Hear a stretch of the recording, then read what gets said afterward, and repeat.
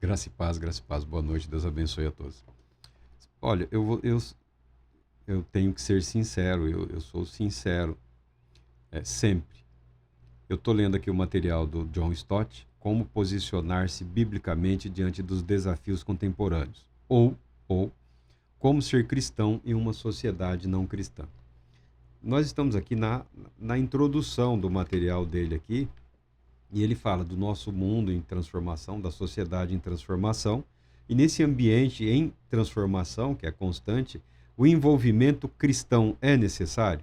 O envolvimento do cristão no mundo no qual ele está inserido, ele é necessário? É claro que ele é. A pergunta não é se ele é ou não necessário. A melhor pergunta é como ele pode ocorrer. Eu já gravei uns 10 vídeos, tá? Eu já gravei uns 10 vídeos hoje. Daria para eu ter colocado 10 vídeos. Mas a maneira como ele aborda esse tema aqui, ele me dá um pouco de trabalho. Porque a visão que ele tem de mundo e de igreja está, está limitada ao parte da Europa e a América do Norte, Estados Unidos, Canadá, tá bom? Talvez abranja alguns países aí de língua inglesa, como Nova Zelândia, como Austrália. Mas a visão que ele tem de mundo, de sociedade, é esse ambiente europeu e América do Norte, Estados Unidos e Canadá. Países como o Brasil, países como os países da América, chamada América Latina, né, do México ao Uruguai, as dezenas de países do continente africano, países do leste europeu, países da Ásia e da Oceania, via de regra, eles não fazem parte dessa visão de mundo ou de sociedade a que ele está se referindo. Tá? Ele ele apresenta essa visão de mundo, de sociedade em ambientes que tiveram no cristianismo, quer seja o catolicismo romano, ou o protestantismo, o luteranismo, ou outras manifestações cristãs, durante longos períodos, ou ainda na atualidade, como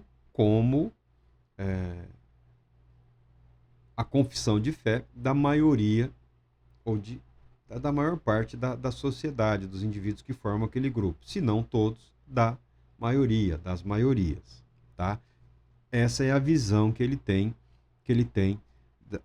do mundo em formação. E essa é a visão que ele tem também, tem também de igreja. Tentar insinuar ou acreditar que esse pensamento alcança mais de 2/3 da humanidade é ingenuidade, tá bom? É ingenuidade. Eu não estou dizendo que ele é limitado. Eu não estou dizendo que a visão dele é limitada. Eu estou dizendo que a visão dele é embasada na realidade que ele conhece. Até mesmo países como o Brasil, de maioria cristã, que ainda que tenha diminuído o número de católicos, a fé em Jesus Cristo permanece quase que inalterada. Né? Países de uma maioria religiosa que se identifica com o cristianismo. Tá? Ainda assim, o Brasil, eles não têm uma visão, uma compreensão da complexidade do nosso ambiente aqui formativo, tal qual os inúmeros países do continente africano ou da Ásia, tá bom?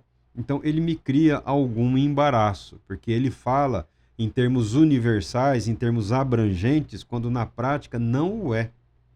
Quando na prática não o é.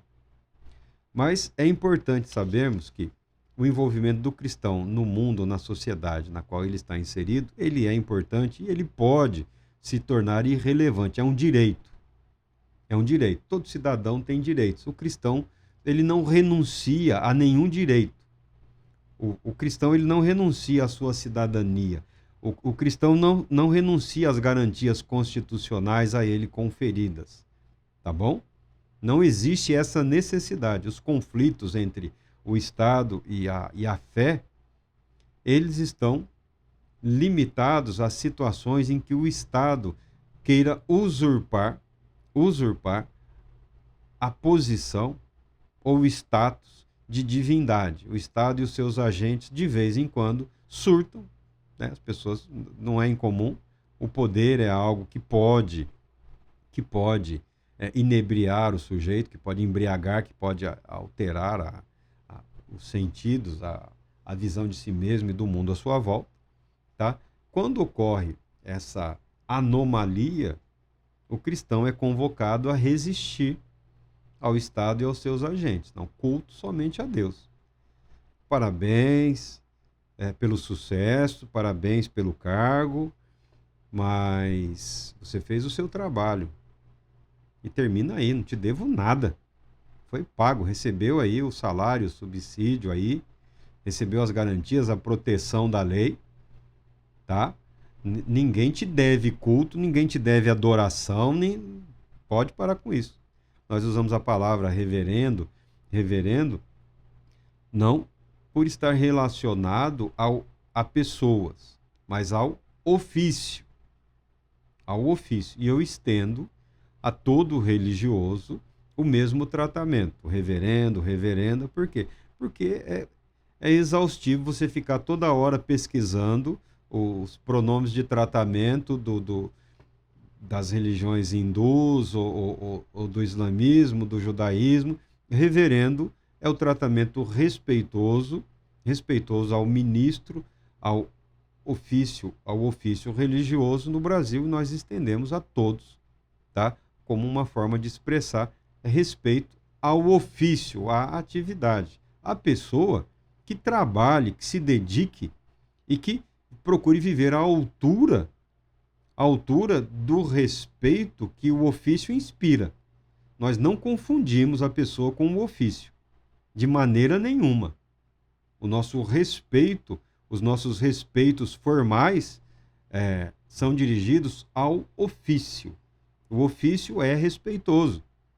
Excelentíssimo senhor, excelentíssima senhora, reverendo, reverenda, o ofício é respeitoso. Isso não significa que nós sejamos ingênuos a ponto de acreditarmos que todas as pessoas envolvidas numa atividade respeitosa, digna, estão à altura daquele ofício ou daquela atividade. Tá? Mas também não vivemos a procura de farsantes, de mentirosos, de ilusionistas. A pessoa que se comprometa com aquilo que ela se comprometeu a realizar e a fazer, e que o faça na medida das suas capacidades, das suas forças, dos dons que recebeu de Deus. Tá? Então nós temos essa visão, essa concepção. Ele pretende aqui, quando fala de igreja, de responsabilidade política ou de ação social e política da igreja, ele apresenta aqui como que uma provocação ao falar. E quando a igreja chegar à conclusão de que a fé bíblica ou a justiça exige que ela assuma uma postura pública sobre determinadas questões, então ela precisa obedecer à palavra de Deus e confiar a ele as consequências.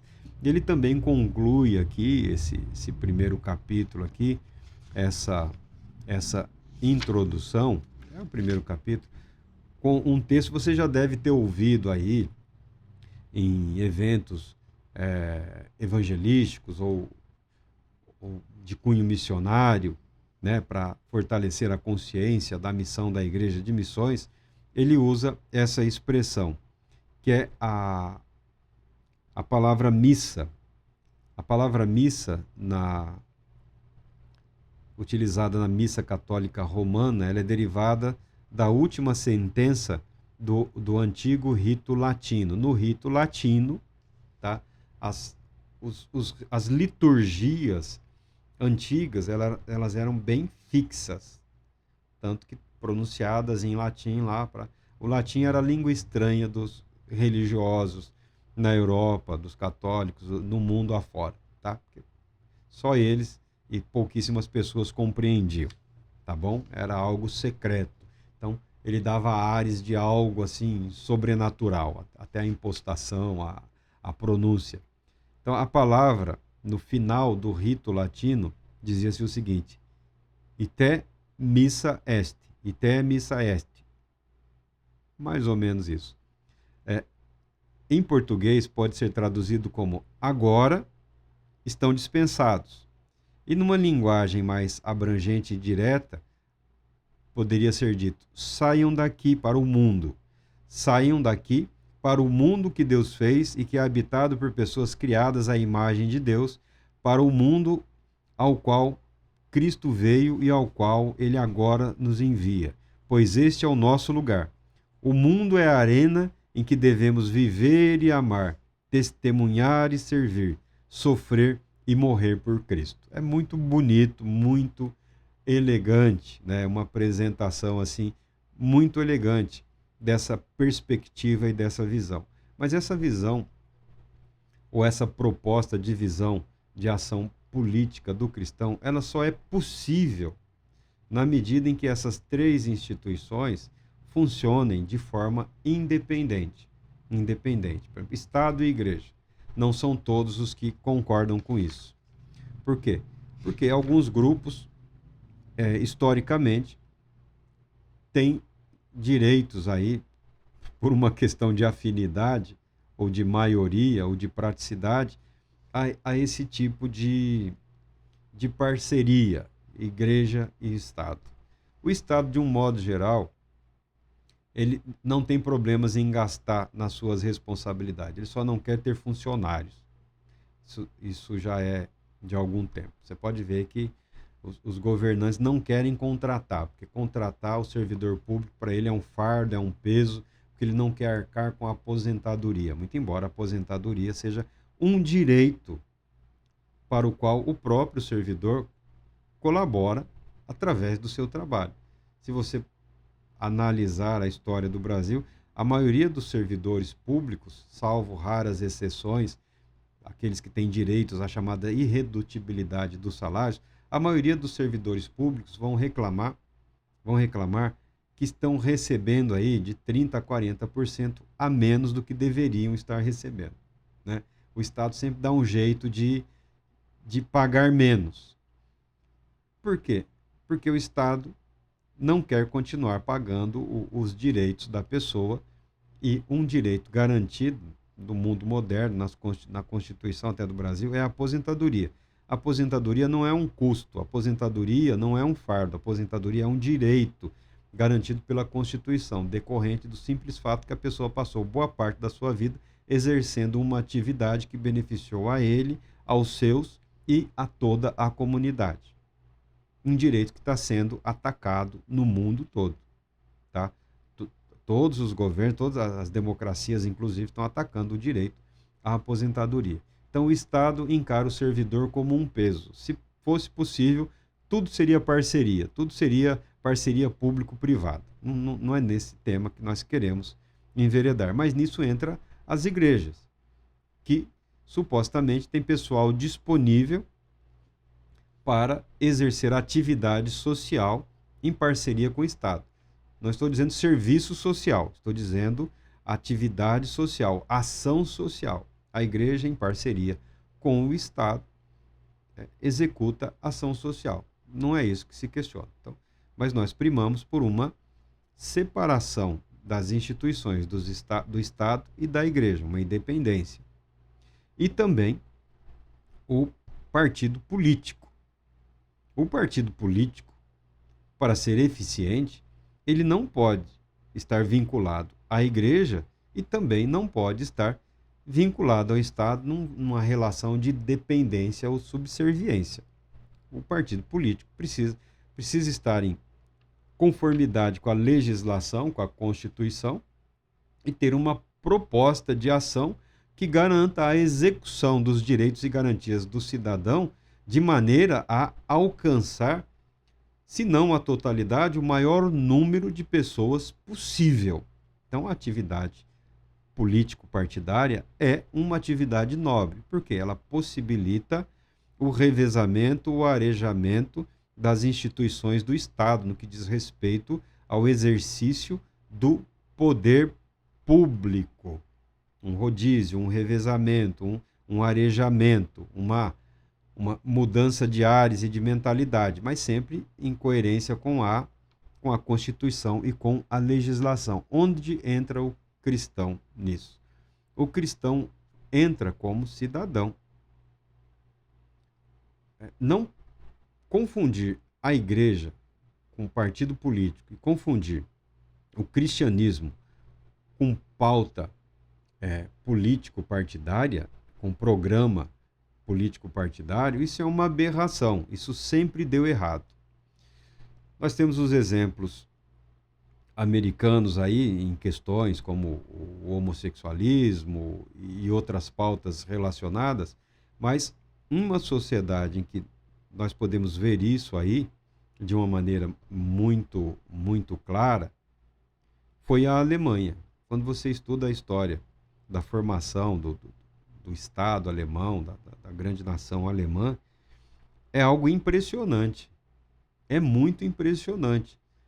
A transição daquelas monarquias, dos feudos, para sociedades urbanas engajadas politicamente, preocupadas com o desenvolvimento social, cultural, foi impressionante, sim.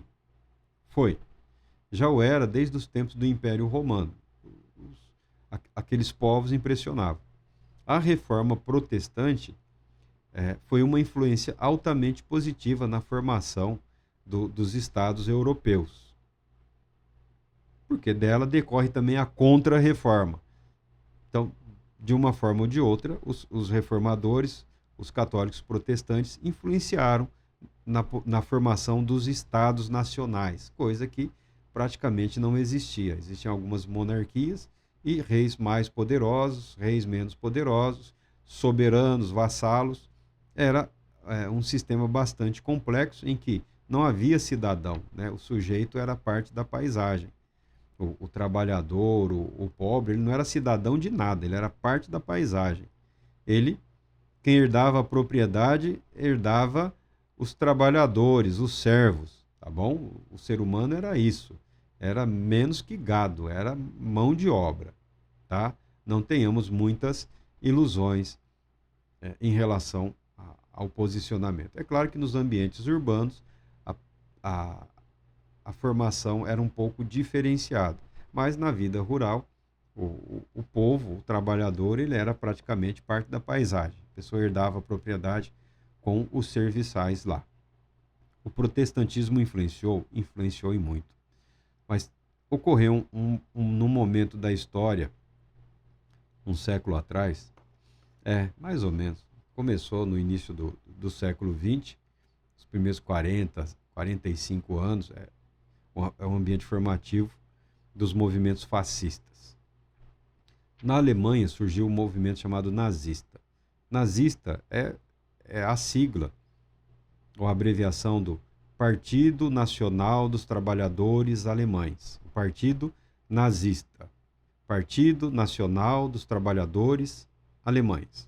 É o chamado nacional-trabalhismo, que estava envolto de pensamentos, de ideologia fascista e também de uma série de outros elementos contraditórios, altamente questionáveis, presentes no mundo naquela época, na sociedade alemã, mas também na Inglaterra, na França, na Itália.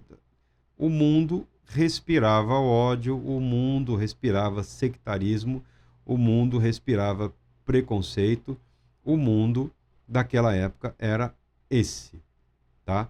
E na Alemanha ocorreu um fenômeno.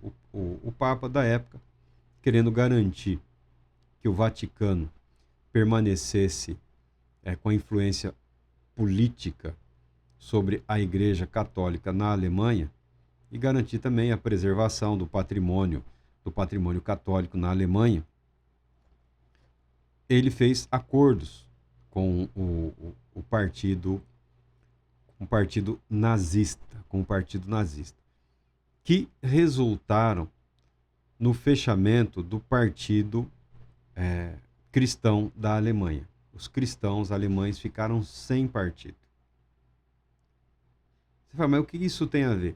Tem a ver que, sem o espaço adequado que preserva e que separa a atividade espiritual do labor político e social, muitos cristãos se viram contaminados por um movimento político ideológico que resultou em ações fanáticas que se confundia com atividade religiosa. A confusão entre religião e política, invariavelmente, ela pode levar ao fanatismo. Para que isso não ocorra, a igreja precisa ser igreja, a instituição político-partidária precisa ser uma instituição independente da igreja, independente do Estado.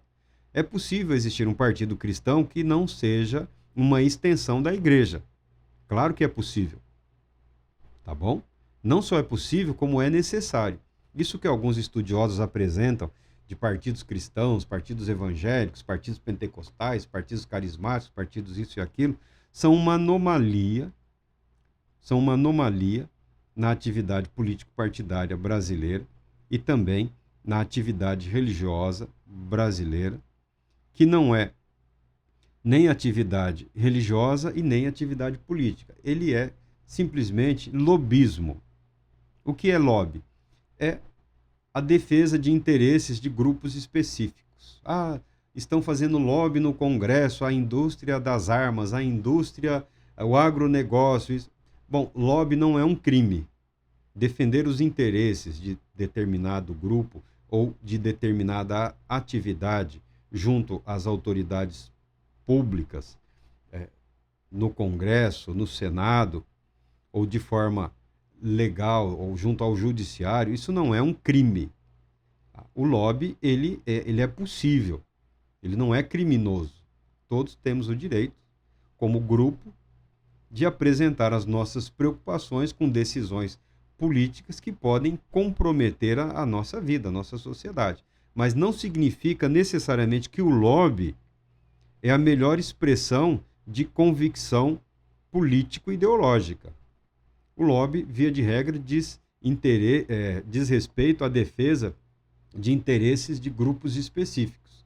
Então, esses que se apresentam como defensores, nós tivemos aí no Brasil um vice-presidente que sempre que tinha oportunidade reunia lideranças locais e procurava instigar essas pessoas a que afastassem os evangélicos, cuidado com esses evangélicos, com isso, com aquilo outro. Ele era um católico fervoroso, não tenho nenhum interesse em questionar a fé ou a integridade do homem, eu acredito que era um homem moralmente robusto, com princípios e valores ali firmes e sólidos, porém preconceituoso, e usou do espaço e da autoridade que possuía para tentar, na mente dele, na cabeça dele, obstruir grupos e movimentos que ele considerava uma ameaça para os interesses do catolicismo. Se bem, creio eu, que nenhuma autoridade eclesiástica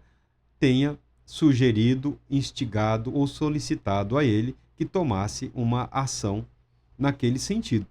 Mas ele, no seu fervor católico, agia dessa maneira, porque ele entendia que o catolicismo é a única religião cristã, é a única forma de se cultuar a Deus. Tá? Da mesma forma, esse homem já morreu.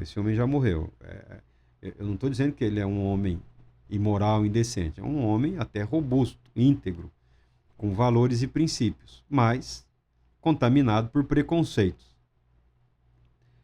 Nós temos hoje, em grupos protestantes, em grupos evangélicos, ou neopentecostais, como a mídia gosta, você deve continuar dando à mídia o direito de designar, de estabelecer ou de tatuar nomes, ou ações, ou valores na sua vida ou na vida de outros, estaremos arruinados em pouquíssimo tempo. Tá? Porque para a mídia, é interessante resumir tudo. Então, nós temos vários indivíduos que dizem representar interesses cristãos, especialmente evangélicos, ou carismáticos, ou católicos, ou qualquer que seja, e desenvolvem uma atividade fantasiada de atividade política, e não é, são apenas lobistas. Muito embora se apresentem como religiosos, a atividade deles não é religiosa. Não tem como ser religiosa. Então, não é atividade religiosa e também não é atividade política legítima. É atividade de lobby. São lobistas. Estão defendendo interesses de grupos de fé? Não, estão defendendo interesses de grupos e agremiações econômicas, ainda que relacionadas com a religião, com a fé. Mas o interesse que eles defendem é o interesse econômico, é a intromissão ou o direito a participar das decisões de poder. Qual é o problema? Eles se apresentam como mediadores entre os cristãos e o terrível mundo, e o terrível Estado. Tudo é terrível, mundano, diabólico, satânico. Só eles e somente eles foram por Deus especialmente capacitados a desempenharem essa atividade em forma de sacrifício. É um sacrifício terrível a vida deles. Sofrem que dá até medo. Eles, na mente deles, ou no discurso, estão resguardados do erro e podem representar os interesses dos cristãos ou da igreja junto ao Estado, junto ao poder. E fazem lobby. E movimentam as massas. Qual é o problema? Essas pessoas têm criado um obstáculo para que os cristãos, de um modo geral, exerçam a legítima atividade político-partidária. Eu discordo aí dos estudiosos aí que falam que este ou aquele partido está vinculado a esta ou aquela igreja. Não. Não está. Não está. Pode estar vinculado a interesses políticos e principalmente econômicos maquiados ou que usurpam o lugar da igreja. Tá bom? Pessoas que transformaram a igreja em reduto eleitoral, transformaram o povo de Deus em rebanho de partidos ou de ideologias, quando na prática a igreja deveria permanecer igreja para que não só o político cristão, mas todo o cristão continue de forma plena e contínua se beneficiando graciosamente de todos os dons da igreja, de todos os dons do corpo de Cristo, para edificação da igreja e para a proclamação do evangelho de Cristo do reino, e também em atividades sociais e políticas que são lícitas, mas que não comprometem a fé cristã. Você poder trabalhar para cristãos e não cristãos sem se preocupar com a sua identidade de fé, porque a sua identidade de fé está preservada, está resguardada pela igreja, e o partido com princípios e valores cristãos pode receber cristãos ou não cristãos dispostos a seguir aquela pauta e abençoar a sociedade como um todo. E, em linhas gerais, é isso. Na prática, trata-se de um processo em construção. Vamos pensar nos partidos políticos no Brasil. O partido político no Brasil é sustentado por dinheiro público, tá?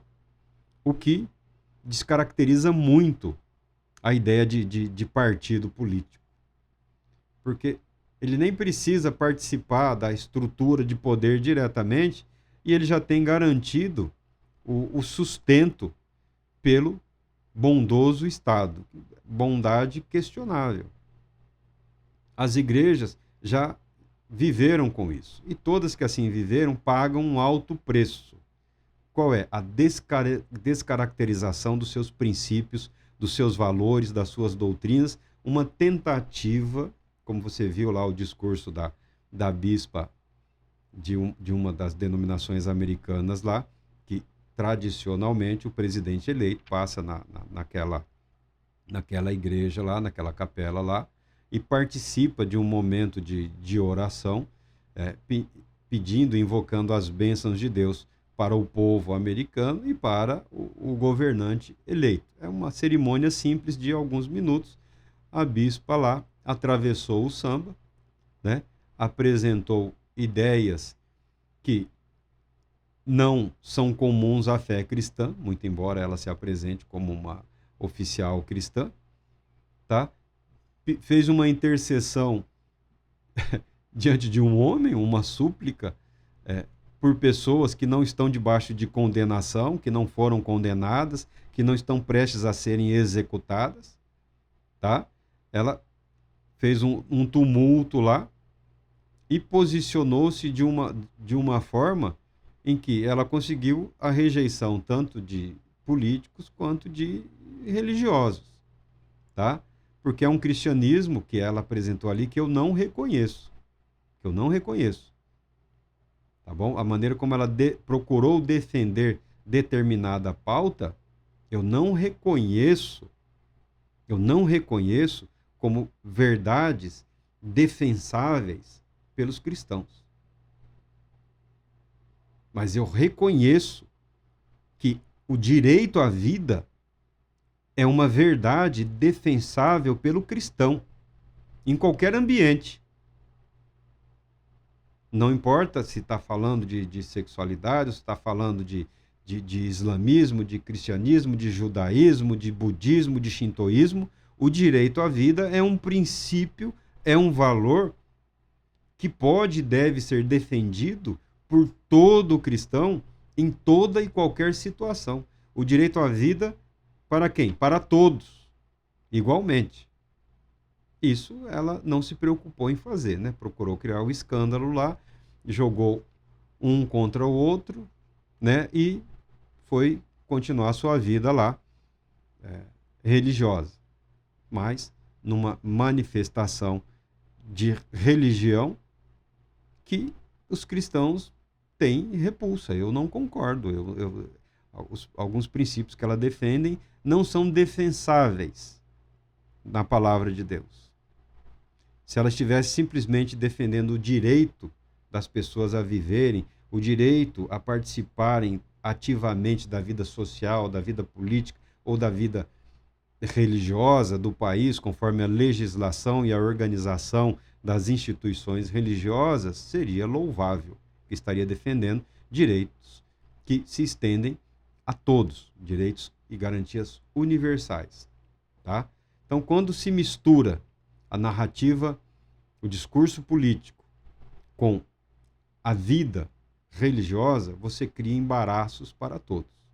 Então, existe o espaço adequado para que o cristão se expresse politicamente junto à sociedade, sem que seja uma tentativa de imposição dos princípios, dos dogmas, dos valores cristãos para todos, tá? Porque o cristianismo ele não se impõe pela força. Nunca foi pela força.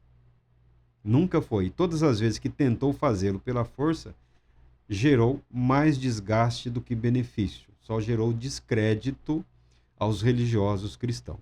Eu espero ter dado uma ideia aqui do pensamento do Dr. John Stott, ambientado na estrutura sociopolítica, religiosa da Europa e da América do Norte, e expressar aqui a minha convicção de que isso tudo permanece como atual e como um desafio permanente, não só para o que pensamos sobre igreja cristã, mas também os termos nos quais o cristão pode e deve atuar livremente e sem embaraços na vida política e social do país, de maneira a contribuir com todos, sem causar danos ou embaraços a si mesmo ou às suas convicções mais íntimas, ou seja, o seu foro religioso.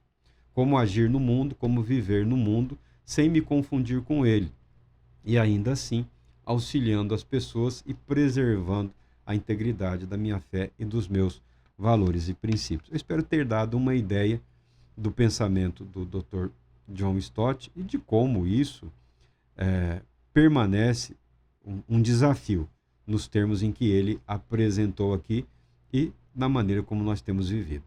Deus Todo-Poderoso te abençoe, te proteja e te conceda paz, muita paz.